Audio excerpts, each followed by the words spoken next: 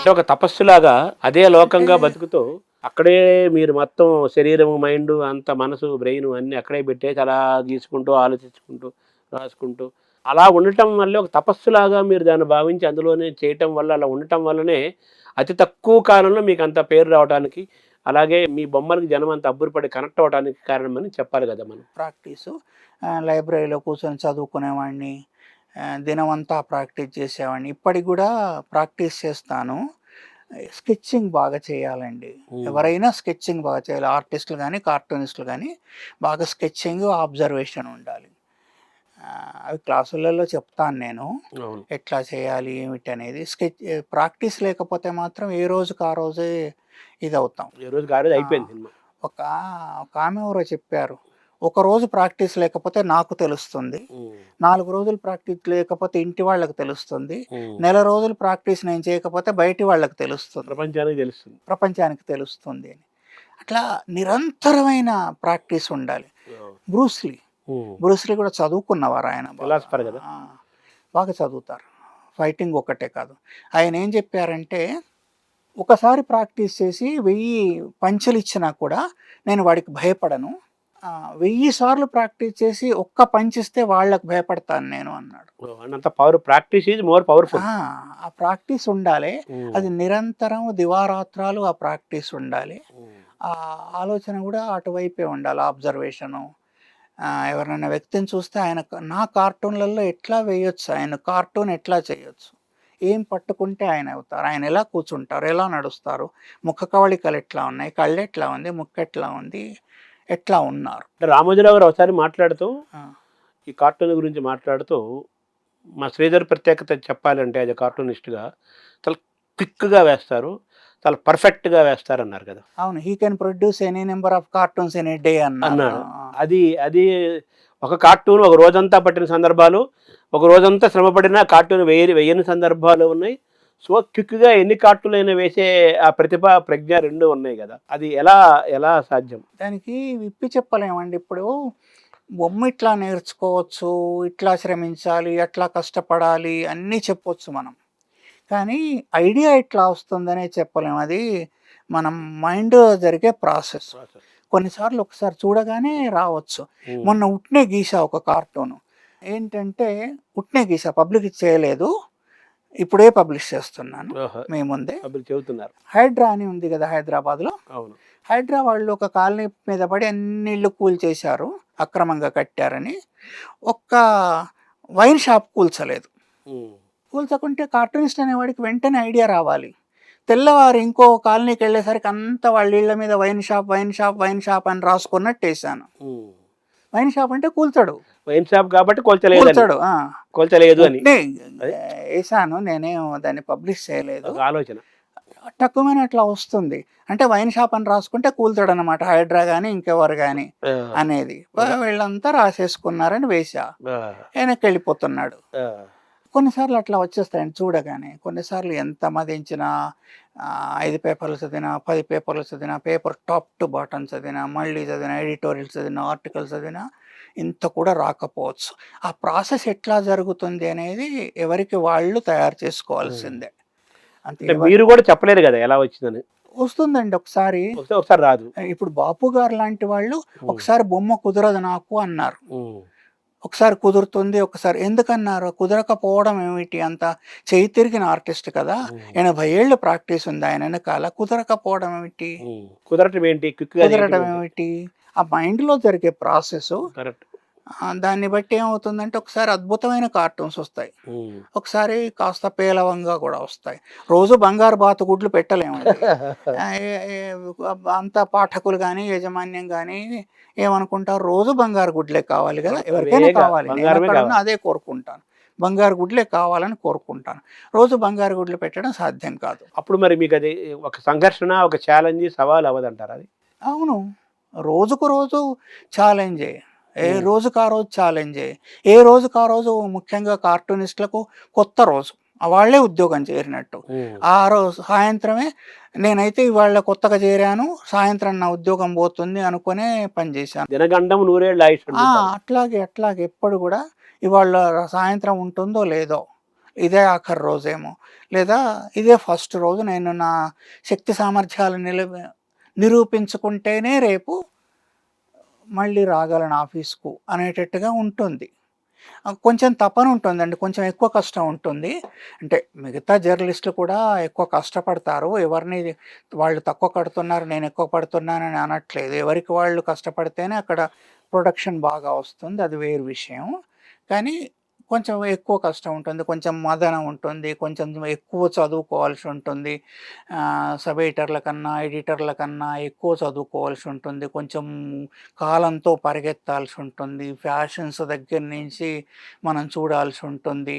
ఇప్పుడు మీరు పల్లెటూరుకి వెళ్ళారనుకోండి, మీ బంధువులు పిలిస్తేనో లేకుంటే మీ సొంత ఊరికి వెళ్ళారనుకోండి, మీ బంధువులు ముందు మిమ్మల్ని పలకరించరు, మన ఊళ్ళో ఉన్న కుక్కలు పలకరిస్తాయి. ఇది అబ్జర్వ్ కదా. ఊరంటే ఏముంటుంది, 4 గుడిసెలేస్తే సరిపోదు, తర్వాత కూడా వేయాలి అక్కడ.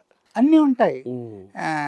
మురికి కాలువలు ఉండొచ్చు, లేకుంటే వర్షం కురిసి వెలిసిపోయినట్టయితే నీటి గుంటలు ఉండొచ్చు, నీటి గుంతలు కనిపించవచ్చు అక్కడ. ఇట్లా ఉంటాయి, వైర్లు ఉంటాయి, వాటి మీద పక్షులు ఉంటాయి. ఇళ్ళు కూడా ఒకే రకంగా ఉండవు, వెరైటీ ఉంటుంది. చెట్లు కూడా ఒకే రకంగా ఉండవు. ఇట్లా 2 గీతలు గీసి పైన ఇట్లా పెడితే చెట్టు కాదు కదా అది. అది ఎన్నో వంపులు తిరిగి ఉంటుంది, శాఖలు డిఫరెంట్గా ఉంటాయి, కిందున్నంత మందం పైన ఉండవు. ఇవన్నీ అబ్జర్వ్ చేసుకోవాలి. సంక్రాంతి పండుగ ఉందనుకోండి, గాలిపటాలు ఎగిరేస్తారు. గాలిపటాలు ఏదో వైర్లకు చిక్కుకొని అట్లానే వేలాడుతూ ఆడుతుంటాయి. అవి మీరు గమనించలేదనుకోండి, అది కాదు, ఆ సంక్రాంతి కాదు. తర్వాత కాలాలు ఉంటాయి, వర్షకాలం, ఋతువులు, శీతాకాలం, సమ్మర్ ఉంటుంది, వేసవి. ఆ కాలాలకు కూడా తెలియాలి కార్టూన్లో. గొడుగు పట్టుకొని వచ్చారనుకోండి, లేదా బయట కిటికీలోంచి వర్షం కురుస్తుంది అనుకోండి, అప్పుడు అది మనకు వర్షకాలం అని తెలుస్తుంది. శీతాకాలం తెలియజేయాలి, స్వెటర్ వేసామనుకోండి శీతాకాలం అని తెలుస్తుంది. లేదా బాగా కప్పుకొని, అంటే పేదవాళ్ళు అయితే స్వెటర్ లేని వాళ్ళు అయితే కప్పుకొని ఉంటారు, శీతాకాలం అని తెలుసు. ఇవన్నీ చెప్పాలి. ఆ బొమ్మ ఒక్క బొమ్మలో చెప్పాలి, లేకపోతే ఫెయిల్ అవుతాం. తర్వాత వాళ్ళు పేదవాళ్ళ, నేను నా స్టూడెంట్స్కి చెప్తాను, ఒక రిచ్ మ్యాన్ ఫ్రంట్ రూమ్ వేయండి, ఏముంటాయి దాంట్లో, అట్లాగే పేదవాళ్ళ ఇల్లు వేయండి, ఏముంటాయి దాంట్లో, అంటే ఆలోచన ఆరంభం అవుతుంది. ఎవరితోనైనా కథలు రాయించగలమండి. ఒక ఫలానా పేరు చెప్పి ఆయన ఎట్లా ఉంటాడు అంటే చెప్తూ వెళ్తారు కొందరు, చాలామంది స్టూడెంట్స్. అదే కథ కథ అవుతుంది. ఇట్లా అడుగుతాను, పుల్లయ్య, ఎంకయ్య ఎవరో ఉన్నారు, ఆయన ఎట్లా ఉంటారు అంటే ఒక రూపం ఇస్తారు, వర్ణించటం.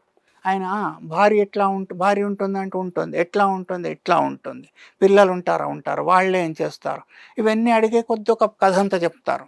వాళ్ళకి ఏమైనా ప్రాబ్లమ్స్ ఉన్నాయంటే బ్యాంక్ లోన్ ఉంది, ఇది ఏదన్నీ చెప్తారు. ఇదంతా కలిపితే ఇల్లు ఇట్లా ఉంటుందని వాళ్ళే చెప్తారు.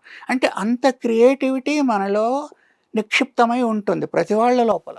అది వెలికి రావాలి, వాళ్ళని చీల్చుకొని రావాలి, లేదా వేరే వాళ్ళు వెలికి తీయాలి, వేరే వాళ్ళు తీస్తే రాదు ఎక్కువ. అంటే మనకు న్యూస్ పేపర్ అంటే, డైలీ న్యూస్ పేపర్ అంటే ఆ రోజు డెడ్ లైన్ ఉంటుంది, ఇన్ని గంటకల్లా ఇచ్చేయాలి కార్టూన్ ఏదో ఉంటుంది కదా, పేజీలు. ఆ డెడ్ లైన్ల మధ్య మీరు క్రియేటివిటీని, ఈ ఒత్తిడిని, రెండింటిని బ్యాలెన్స్ చేసుకుంటూ ఆ బొమ్మ మీరు అంటే బంగారు గుడ్లు పెట్టాలి కదా, దీన్ని ఎలా జరుగుతుంది ఆ ప్రయాణం? Deadlines do not wait for inspiration అంటారు. మన కోసం అవి ఆగవు, వెళ్ళిపోతుంది కాలం, టైం కదా అది కదా. భారతంలో what is the మైటియస్ట్ thing in the world అని యక్షుడు అడిగితే కాల అంటాడు ధర్మరాజు, కాలం అని. అవును, యమధర్మరాజు పేరు కూడా అంతే కదా, కాలుడే కదా, ఎముడు కదా, కాలం. అవును, కాలం, ఆ కాలం ఆగదు మన కోసం, కాలంతో లేదా కాలానికన్నా ముందు పరిగెత్తితే ఉంటాం, లేకుంటే వెనకబడి. కాలము ఆగదు, క్రియేటివిటీ చావకూడదు, ఏ బ్యాలెన్స్ చేయాలి, ఇది పట్టుకొని వెళ్ళాలి, మూట పట్టుకొని వెళ్ళాలి. అది నేను అంటున్నాను సార్, అది పెద్ద ఛాలెంజ్ కదా, ఆ క్రియేటివిటీ చచ్చిపోకుండా కాలం. ఎక్కడికక్కడికి ప్రతి పనిలో అంతే ఛాలెంజెస్ ఉంటాయండి, ఉంటాయి. సక్సెస్ కోసం ఇది క్రియేటివ్ జాబ్ కదా మీది. తప్పకుండా అండి, ఆ వేలో పనిచేస్తుంటాం. నదీనాం సాగరో గతి అని, ఇంకా దూకిన తర్వాత కొట్టుకుపోవాల్సిందే కదా. సార్ మీరు ప్రారంభంలో చెబుతూ తెలుగు కార్టూనిస్టుల గురించి చెబుతూ రాంభట్ట కృష్ణమూర్తి గారి గురించి చెప్పారు. మరి ఈనాళ్ళ పనిచేశారు, మీరు బాగా పరిచయం, మీరు అంతా కలిసి తిరిగారు కదా. మీరు కార్టూనిస్ట్గా ఇలా అవతరించే క్రమంలో, మీరు పెద్దవాడే క్రమంలో ఆయనకు సూచనలు కానీ ఆయనకి ఏమైనా ఉన్నాయా సార్? రాంభట్ల కృష్ణమూర్తి గారు అట్లాంటి సూచనలు ఇచ్చే మనిషి కాదు, నాకు మంచి మిత్రుడు ఆయన. అంటే గురువు గారు అదంతా చెప్పే కన్నా మిత్రుడు అంటే బాగుంటుంది. ఆయన ఫ్రెండు అనే పిలిచేవారు అందరినీ. ఏం ఫ్రెండు అని. ఇద్దరం కలిసి ఈనాడు నుంచి బయటికెళ్ళి హిమాయత్ నగర్ దాకా నడుస్తూ వెళ్ళేవాళ్ళం. చాలా పరిచయం, చాలా చనువు. ఎప్పుడు కూడా రాంభట్ల గారు అనలేదు. పెద్దవారు నాకన్నా. చాలా పెద్దవారు. ఏజ్‌లో పెద్దవారు, జ్ఞానంలో జ్ఞాన ఖని ఆయన. అలాంటి వారిని కూడా రాంభట్ల అనే పిలిచేవాళ్ళం. అంత చనువు ఉండేది. అయితే ఆయన సిద్ధాంతం ఒకటే. వాళ్ళు శోధించుకోవాలి. ఎవరికి వాళ్ళు శోధించుకోవాలి. శోధిస్తేనే బెటర్ ఇది వస్తుంది. ఎవరైనా చెప్తే చెప్పిన అదేంటి ఏదో అంటారు కదా, కట్టించిన ముఠా చెప్పించిన విద్య ఎంతో దూరం రాదు అని. తాటి చెట్టు ఎక్కుతున్నామని ఎంతవరకు పైకి లిఫ్ట్ చేయగలం? అవును, ఎన్నిసార్లు ఎక్కిస్తాం? వాళ్ళని లిఫ్ట్ చేస్తూనే పైకి మనం వెళ్తే కింద పడతాం. అవును కదా. అందు గురించి ఎవరికి ఎవరు ఇది కాదండి. ఈవెన్ రామోజీరావు గారు కూడా సలహాలు ఇచ్చేవారు కాదు. ఎవరో బాంబే నుంచి వచ్చి మీరు సలహాలు ఇవ్వచ్చు కదా, ఇట్లా కాదు అట్లా కాదని ఊరినే రిజెక్ట్ చేసే కన్నా చెప్పొచ్చు కదా అంటే, no it's not my job, ఆయన్నే మళ్ళీ మళ్ళీ ప్రయత్నించనివ్వండి అన్న. ఆయన కూడా బొమ్మలు అవన్నీ ఉంది కదా. ఆయన ఆర్టిస్ట్ గానే ముందు జాబ్. ఆయన ఒక అడ్వర్టైజ్మెంట్ ఏజెన్సీలో ఆర్టిస్ట్ గానే చేశారట. కొంచెం కొంచెం తెలుసు. ఆయన ఎప్పుడు మీకు ఆ స్వేచ్ఛ ఇచ్చాడు, దొరబడలేదు? లేదు, ఎప్పుడు లేదు. సబ్జెక్టుల విషయంలో కానీ నాకు పేపర్లు వచ్చేవి, టీవీ ముందు ఉంటుంది. టీవీలో వచ్చిన తర్వాత టీవీ ముందు పెట్టారు, టీవీ చూస్తుండేవాడిని. న్యూస్ పేపర్లు వస్తాయి, పేపర్లన్నీ చదువుకోవడం వేయడం. సో అప్పుడు తెలుగుదేశం వచ్చిన కొత్తలు కూడా కదా, 82, 83 ఆ ప్రాంతం. అవి ఇందాక మీరు కలిసి వచ్చినట్టుగా మీ శ్రమ, మీ తపస్సు, మీ సాధన, ఆ కాలము, ఇవన్నీ కలిసి చాలా క్విక్గా మీ శ్రీధర్ కార్టూన్ అనేది జనంలోకి నెట్టింది. పొలిటికల్ చాలా కార్టూన్లు ఇందామని మాట్లాడుకున్నాం. రకరకాల కార్టూన్లు ఉన్నాయి కదా, ఏమో number of types of cartoons ఉన్నాయి. సో పొలిటికల్ కార్టూన్ అంటే ఒక మీడియాలో, ఒక పత్రికలో ఉండటం వల్ల అది ఇట్ ఈజ్ మస్ట్ అయింది, అంతే కదా. పొలిటికల్ కార్టూన్ రావడానికి మీరు చెప్పారు కదా, ఇప్పుడు unite or die, join or die ఆ కార్టూన్ ఉంది కదా, అది ఒక పర్సెప్షన్ ఇస్తుంది కదా. పర్సెప్షన్ ఇచ్చేసరికి ఏం చేశారంటే ఎడిటర్స్ ప్రోత్సహించారు. క్రిటిసిజం ఓన్లీ ఎడిటోరియల్లోనే పెట్టకుండా విజువల్ దీంట్లో కూడా పెట్టాలనే చెప్పే ప్రోత్సాహం ఉంది వెనకాల నుంచి. కార్టూనిస్టులు కూడా ఆ పని చేశారు. వెస్ట్ మినిస్టర్ బిల్డింగ్ అనుకుంటాను, ఏది బొమ్మలు వేసి పంపించింది. అది మనిషిలో ఉంటుందండి వ్యంగ్యం, మనిషిలో ఉంటుంది. కొందరిలో ఎక్కువ ఉంటుంది, కొందరిలో తక్కువ ఉంటుంది, కొందరిలో కనిపించకపోవచ్చు మొత్తం. ఆ వ్యంగ్యాన్ని ఇప్పుడు మనం చూస్తున్నాం కదా, కార్టూన్లు వెయ్యలేని వాళ్ళు మీమ్స్ తయారు చేస్తున్నారు. మీమ్స్ తయారు చేసి సోషల్ మీడియాలో పెడుతున్నారు. వివిధ రకాల హాస్యాన్ని పుట్టిస్తున్నారు. కార్టూన్ ఒకటే కాదు కదా హాస్య ప్రక్రియ. ఇప్పుడు మనకు జోకులు ఉంటాయి కదా, హ్యూమరస్ కథలు ఉంటాయి, హ్యూమరస్ స్కెచెస్ ఉంటాయి. ఈనాడులో రాసేవాడిని, హ్యూమరస్ ఆర్టికల్స్ రాసేవాడిని. ఇట్లా వివిధ రూపాల్లో హ్యూమర్ ఉంటుంది. ఇప్పుడు మనం ముందు సినిమా ఒకటే కాకుండా అంతకుముందు తీసుకున్న సినిమాలో హ్యూమర్ పెట్టకుంటే నడవదు పరిస్థితి అది. అట్లాగే మీరు తోలుబొమ్మలాట తీసుకోండి, కేతిగాడు అనుకుంటా తోలుబొమ్మలాటలో ఉండే లేదు. ఇప్పుడు వీధి నాటకాల్లో మంత్రో ఎవరో ఏదో పేరునో ఉంటారు, బంగారక్క ఇంకెవరో ఉంటారు. అట్లాంటి పాత్రలు ఉన్నాయి మన దగ్గర, చాలా ఉన్నాయి. మన సాహిత్యంలో కూడా అష్టదిగ్గజాల పేర్లు చెప్పండి అంటే సడన్ గా ఎవరైనా చెప్పలేకపోతారు. కదా. అక్బర్ బీర్బల్ నిజంగా అట్లా ప్రవర్తించారా లేదా తెలియదు. తెనాలి రామకృష్ణుడు కృష్ణదేవరాయలు గారు లాంటి రాజుగారితో అట్లా మాట్లాడారా తెలియదో, చారిత్రక ఆధారాలు తక్కువ. అయితే అవన్నీ జోకులు వచ్చాయి కదా, ఎందువల్ల అంటే మనకున్న సెన్స్ ఆఫ్ హ్యూమర్. జర్మనీలో ముంచౌసేన్ అనే క్యారెక్టర్ ఉంటుంది మన తెనాలి రామకృష్ణుడి లాగే, అక్బర్ బీర్బల్ లాగే. రకరకాల ఉర్దూ సాహిత్యంలో ఒక క్యారెక్టర్ ఉంటుంది, పేరు గుర్తులేదు. హైదరాబాదులో కూడా ఒక క్యారెక్టర్ ఉంది, పేరు గుర్తులేదు. రకరకాల రష్యాలో ఒకటి, మన ఇంగ్లీష్లో ఒక క్యారెక్టర్స్, శాంకో పాంజా లాంటి వాళ్ళు. హాస్యం యొక్క పాత్ర ఉంటుంది, జోకులు ఉంటాయి, సామెతలు ఉంటాయి, సామెతలలో హాస్యం ఉంటుంది. హాస్యం మన జీవితంలో భాగంగా ఉండి. ఇంగ్లీష్ వాళ్ళు ఏమన్నారంటే సెన్స్ ఆఫ్ హ్యూమర్ లేదు ఇండియా కన్నా, కానీ ఇండియాలో ఇన్ని కథలు ఉన్నాయి కదా, ఇంతమంది క్యారెక్టర్స్ ఉన్నారు కదా. జర్మనీలో ఉన్నట్టే ఇక్కడ ఉన్నాడు క్యారెక్టర్. జర్మనీతో పోల్చినప్పుడు ముంచౌసెన్తో పోల్చినప్పుడు తెలుస్తుంది. అది తెలియనప్పుడు, అది ఒకటే తెలిసినప్పుడు ఇక్కడ సంగతి తెలియదు, Correct. ఇక్కడ ఒకటే తెలిసినప్పుడు దాని సంగతి తెలియదు. కంపారిజన్ ఉండాలి. తెలుసుకుంటే తెలుస్తుంది అని అవును. నేను చెప్పేది. అదే అది. చాలా కథలు బయటకు తీశారండి. బ్రౌన్, ఉమ్. చార్ల్స్ బ్రౌన్ చాలా కథలు డిక్షనరీ రాయడంతో పాటు హ్యూమరస్ కథలు, ఆయన పేరేదో ఉంది, ఒక క్యారెక్టర్, ఆ క్యారెక్టర్తో కథలు చెప్పేవాళ్ళు. ఏదైనా హాస్య పాత్రలు. హాస్య పాత్ర ఒకటి ఆయన తయారు చేశారు. ఆయన ఎవరన్నా చెప్తే విన్నారు, ఏదో భట్టు, కాశీ భట్టు అట్లాంటి. పొలిటికల్ కార్టూనిస్ట్ గా మారే క్రమంలో అది మాట్లాడుకుంటున్నాం సార్ మనం. ఆ ఇన్ఫ్లుయెన్స్ జాయిన్ ఆర్ డై ఇటువంటివన్నీ కూడా ఇన్ఫ్లుయెన్స్ చేసినట్టే కదా పొలిటికల్ కార్టూనిజం పెరగటంలో. నా పైన చాలా ఇన్ఫ్లుయెన్సెస్ ఉంటాయండి, అదే ఎవరిపైనైనా ఉంటాయి, ఏ పని చేయడానికైనా ఉంటాయి. నేను మ్యాగజైన్లలో, పేపర్లు, న్యూస్ పేపర్లు ఎక్కువ చూసేవాడిని, లైబ్రరీకి వెళ్ళి చూసేవాళ్ళం. ఒక మనిషిని కాదు, అదే అదే కార్టూన్స్ వస్తే డెన్నిస్ ద మీనేస్ వస్తుంది, దాని ప్రభావం ఉంటుంది, ఆస్ట్రిక్స్ చదువుతాం, దాని ప్రభావం ఉంటుంది. ఇట్లా రకరకాల క్యారెక్టర్స్, రకరకాల ఆర్టిస్టులు చేస్తుంది. కానీ ఒకళ్ళే మనకు మార్గదర్శులుగా అన్నట్టు నాకు లేకుండింది. అంటే సార్ ఈ కార్టూనిస్టులుగా మీరు దాన్ని పండించే క్రమంలో దానికి సంపూర్ణ మొత్తం తీసుకొచ్చే విధానంలో ఆ బొమ్మలు అన్ని చెప్పాలి, ఆ బొమ్మలు లేకపోతే అది కార్టూన్ అవుతుంది. అది ఏదన్నా చెప్పదలుచుకుంటే అది కార్టూన్ అవుతుంది. క్యాప్షన్ కూడా మీరు పెడతారు కదా. అవును, క్యాప్షన్ లేకుంటే ఎట్లా? అది అది అది అది అంటే ఆ క్యాప్షన్ షార్ట్ గా చెప్పాలి. ఇప్పుడు ఒక విషయం చెప్తాను నేను, అది అడుగుతున్నాను సార్. ఒకరెవరన్నా చెప్తారేమో అనే భావన చాలా మందికి ఉంది. ఆ ఒకరు నేనే కాకూడదా? అదే అదే ఆ చెప్పే ఒకరు నేనే కాకూడదా? నాకు ఆ ఏజ్ లేదా, లేకుంటే నాకు ఆలోచన లేదా, లేదని ఎందుకు అనుకోవడం? ఎందుకు అనుకుంటున్నారంటే చాలా మంది బొమ్మలు వేస్తున్న వాళ్ళు కార్టూనిస్టులుగా ఉండకపోవటం. దాంతో ఏమవుతున్నారంటే బొమ్మ వేరే వేస్తారు, ఐడియా ఫలానా వాళ్ళు ఇస్తారేమని.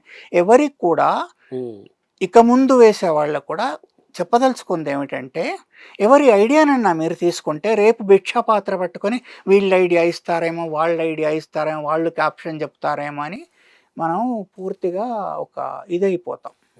అడుక్కోవాల్సిన అవసరం మనకు ఏర్పడుతుంది. వాళ్ళకి ఎట్లుంటుంది, నేనే చెప్పాను, ఐడియా నేనే చెప్తాను, ఇప్పటికే చెప్పుకుంటారు కొందరు, అయినా కూడా అప్పుడు ఎక్కువ అవుతారు. నేనే చెప్తాను, ఫలానా ఐడియా నేనే ఇచ్చాను, నేను మాట్లాడుతుంటే విని వేసుకున్నాడు, ఇట్లాంటి మాటలు వస్తాయండి. అట్లా ఎప్పుడు చేయలేదు. సస్తే చావండి, వదిలిపెడితే వదిలిపెట్టండి, వేయకుంటే వేయకపోండి. ఇంకేదన్నా చాలామంది చూసుకుంటారు కదా, ఇప్పుడు ఆశీష్ త్రివేది అనే కార్టూన్ వదిలిపెట్టి సాఫ్ట్వేర్ ఇంజనీర్ అయ్యారు. ఎక్కడో అన్నం దొరుకుతుంది, ఏదో పని చేసుకోవచ్చు, బతకడానికి దొరుకుతుంది. కార్టూనిస్ట్గా ఉండి, ఒక క్రియేటర్గా ఉండి, ఒక ఐడియాస్ క్రియేట్ చేస్తున్న మనిషిగా ఉండి ఎవరి దగ్గరన్నా భిక్షాపాత్ర పట్టుకున్నట్టయితే వాళ్ళు డామినేట్ చేస్తారు, రేపే తలపైన కాలు పెడతారు. నేనే ఐడియా ఇచ్చాను మొత్తం చెప్పుకుంటారు బయట. ఎందుకంటే ఇది పాపులర్ అవుతే వాళ్ళు పాపులర్ కావాలి, ఇంత పంచుకోవాలని చూడడంలో తప్పే ఉంది వాళ్ళు ఐడియా ఇచ్చినప్పుడు. కనుక ఎవరి ఐడియా తీసుకోకూడదు, అది ఎంత గొప్పగా ఉన్నా. ఎవరిని ఐడియాస్ కోసం అడగకూడదు. తర్వాత ఇంకొక విషయము, టెక్నికల్ థింగ్ ఇది, కార్టూనిస్ట్కు ఆ బొమ్మతో కలిసి వచ్చే ఐడియా కార్టూనిస్ట్ కాని వాడికి రాదు. వాళ్ళు ఎంత తపస్సు చేసినా రాదు. వాళ్ళు కార్టూనిస్టులు అయితే వాళ్ళు బొమ్మలు వేయగలిగితే వస్తుంది, వాళ్ళకే వాళ్ళు. అది కాకుండా సపరేట్గా కార్టూన్తోని ఆర్ట్తోని అస్సలు సంబంధం లేని వాళ్లకు కార్టూన్ ఐడియా రాదు, ఖచ్చితంగా రాదు. ఏమన్నా వస్తుండొచ్చు అప్పుడప్పుడు, అట్లా బ్రెయిన్ వేవ్ అట్లా వస్తుండొచ్చు. దాన్ని కార్టూన్లో ఇరికించేది ఎవరు? మళ్ళీ కార్టూనిస్టే కావాలి. రకరకాల ఐడియాలు చెప్తే ఐడియాలన్నీ ఒక దాంట్లో పెట్టలేం కదా.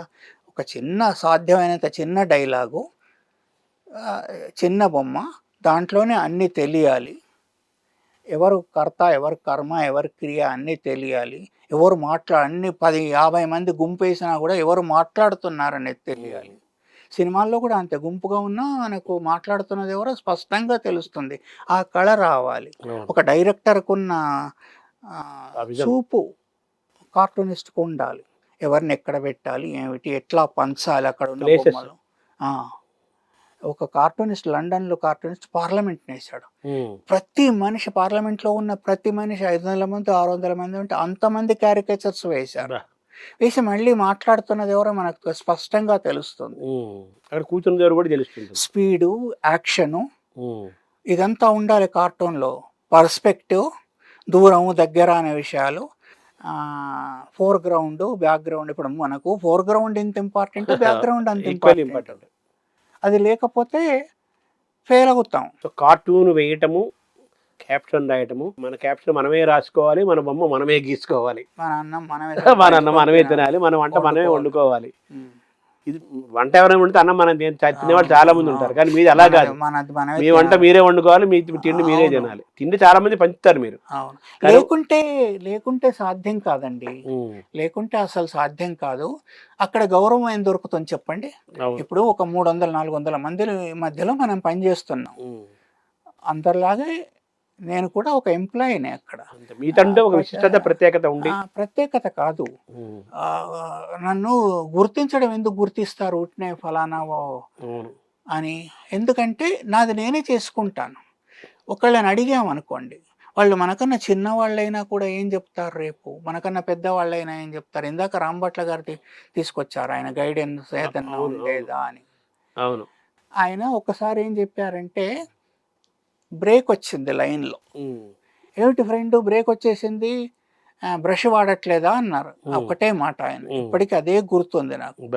నేను బ్రషే వాడుతున్నాను, బ్రేక్ ఎందుకు వచ్చిందంటే కింద ప్రాసెస్ వాళ్ళ తప్పు, కావాలంటే నా ఒరిజినల్ చూడండి అన్నాను. అదే ఆ మాట ఆర్ట్ గురించి. కానీ అంతకు మించి ఆయన ఎక్కువ చెప్పింది లేదు, తక్కువ చెప్పింది. అది గొప్ప టెక్నికల్ వర్డ్ కదా, అది కూడా. అది టెక్నికల్ వాళ్ళది కదా, అన్నిట్లా బ్లేమ్ చేయగలరు. ప్రింటింగ్ కదా. కాబట్టి ఏదైనా కూడా తీసుకోకూడదు. ఏ కార్టూనిస్ట్ కూడా చెప్పేది అదే, తీసుకోకూడదు. కష్టపడాలి, చదువుకోవాలి, ఐడియాస్ కోసం ప్రయత్నం. చదివితే బాగా వస్తాయి ఐడియాస్, కొంచెం కాదు. అదే సార్, ఒక మంచి కార్టూనిస్ట్ అవ్వాలంటే ఏమేమి లక్షణాలు ఉండాలి సార్? మంచి కార్టూనిస్ట్ అవ్వాలంటే మంచి బొమ్మలు వేయాలి, బొమ్మలలో క్యారికేచర్స్ రావాలి, సెన్స్ ఆఫ్ హ్యూమర్ ఉండాలి, అక్కడున్న ఎడిటర్ కన్నా ఎక్కువ నాలెడ్జ్ని అక్వైర్ చేయాలి, సాహిత్యం తెలిసి ఉండాలి. పురాణ సాహిత్యం, పద్య సాహిత్యం దగ్గర నుంచి మోడర్న్ సాహిత్యం దాకా. తర్వాత పిచ్చిగా అబ్జర్వేషన్ ఉండాలి. ఇప్పుడు కాలేజీకి వెళ్తున్న అమ్మాయి ఎలా ఉంది, అబ్బాయి ఎలా ఉన్నాడు, నెక్లెస్ రోడ్లో కూర్చున్న అమ్మాయి ఎలా ఉంటుంది, బైక్ నడుపుతున్న వాళ్ళు ఎలా ఉన్నారు, ఇప్పటి డ్రెస్సింగ్ ఎట్లా ఉంటుంది, నిన్నటిది ఎట్లా ఉంది. ఇప్పుడు చీరలు కట్టో లంగామణిలో వేసో ఇప్పుడు అమ్మాయిని వేయలేం కదండి. ఇప్పుడు మారిపోయింది. అట్లాగే బెల్పాటం అని చిన్నప్పుడు వేసేవాళ్ళు అప్పట్లో. ఇప్పుడు బెల్పాటం వేస్తే ఆ జనరేషన్కి వెళ్ళిపోతారు. కత్తి డాలు పట్టుకొని ఉండరు కదా. అవును. కానీ కత్తి డాళ్ళు పట్టుకొని, అంగరఖాలు వేసుకొని, కిరీటాలు పెట్టుకొని నడుస్తారా? లేదు అమ్మ, ఆ తరం మారిపోయింది, మారిపోయింది. అయితే దానికోసం ఏంటంటే అబ్జర్వేషన్, స్కెచ్చింగ్. ఉట్టిగా అబ్జర్వేషన్ చూస్తే కాదు, అది స్కెచ్ చేస్తే మన చేతికి వస్తుంది. చేతికి వస్తే దాంట్లో పెట్టగలం, మన సొత్తు అవుతుంది. అది ముందు ప్రపంచాన్ని మన సొత్తుగా చేయాలి. ఒక ఆర్టిస్ట్కు బ్రహ్మదేవుడికి డిఫరెన్స్ ఏంటంటే ప్రాణం పోయలేం అంతే. కానీ అన్ని విషయాలు, కలర్, ఆహార్యం, వాడి స్పీడు, యాక్షన్ అన్నాను కదా, చైతన్యం ఉండాలి బొమ్మలో, చచ్చిపోయినట్టుగా ఉండాలి. చదవాలి కదా, విపరీతంగా చాలా చదవాలండి, ఎంత కుదిరితే అంత చదవాలి. దురదృష్టవశాత్తు ఏమిటంటే కార్టూనిస్టులకు ప్రాక్టీస్ చేయాలి, చదవాలి కాబట్టి తక్కువ అవుతుంది. కానీ సాధ్యమైనంత మేరకు చదవాలి. భాష మీద కూడా కమాండ్ ఉండాలి కదా. భాష తప్పు రాస్తే ఎట్లా? ఇప్పుడు అంత శీతాకాలం అని రాస్తున్నారు, అకాలం అవుతుంది అక్కడ దీర్ఘతం తెచ్చి. అది రాయకూడదని వాడికి తెలిసి ఉండాలి కదా, శీతాకాలం అనాలి అని, వర్షాకాలం అనాలి, వర్షాకాలం. అసలే అకాలంతో వస్తుంటే వీళ్ళు దాని మీద కూడా అలా రాస్తే ఎట్లా? సుందరకాండ కదా. సో ఇవన్నీ ఒక మంచి కార్టూనిస్ట్ అవ్వాలంటే అబ్జర్వేషను, బొమ్మ గీయటము ఒకటే కాదు, అబ్జర్వేషన్ నేర్చుకోవాలి, బాగా విపరీతంగా చదవాలి, అనేక విషయాల పట్ల పరిజ్ఞానం ఉండాలి. ఆ పత్రిక పొలిటికల్ కార్టూనిస్ట్గా ఎంచుకున్నవాడు, ఆ రంగాన్ని ఎంచుకున్నవాడు, ఆ ఎడిటర్కి, ఆ జర్నలిస్ట్కి, ఆ ఎడిటర్కి ఉండాలి. అది ఉండాలి, అది ముఖ్యం కదా. ఎడిటోరియల్ పాలసీ ఒకటి ఉంటుంది కదా, దానికి లోబడి ఉండాలి. మనం స్వతంత్రులమా? చాలా మంది అడుగుతారండి, మీరు అడగలేదు ఇంకా. మీరు స్వతంత్రంగా మీ ఇష్టం ఉన్నదే వేస్తారా అని అడిగేవాళ్ళు. వాళ్ళకు నాకు ఒకటే జవాబు చెప్పండి, మీరు ఇక్కడి నుంచి కూర్చొని లేచి వెళ్ళిపోగలరా? మీరు ఎంత స్వతంత్రులైనా ఈ పని చేసుకొని వెళ్ళగలరు. అంతే, అది కంప్లీట్ చేయాలి కదా. మీరు ఇవాళ్ళే వెళ్ళిపోదలుచుకున్నా కూడా ఉమ్. ఈ పని చేసుకొని అక్కడ వాళ్ళకి ఒప్పజెప్పి వెళ్తారు కదా. మీరు అవును. స్వతంత్రులా అస్వతంత్రులా? ఎవరికి ఎవరు స్వతంత్రులు కాదు, అస్వతంత్రులు కాదు. అవును. ఒక సమాజంలో ఉన్నాం, బట్టలు వేసుకున్నాం, నువ్వు స్వతంత్రుడు కదా ఇప్పేసి కూర్చో అంటే నేను షర్ట్ ఇప్పి కూర్చోలేం కదా.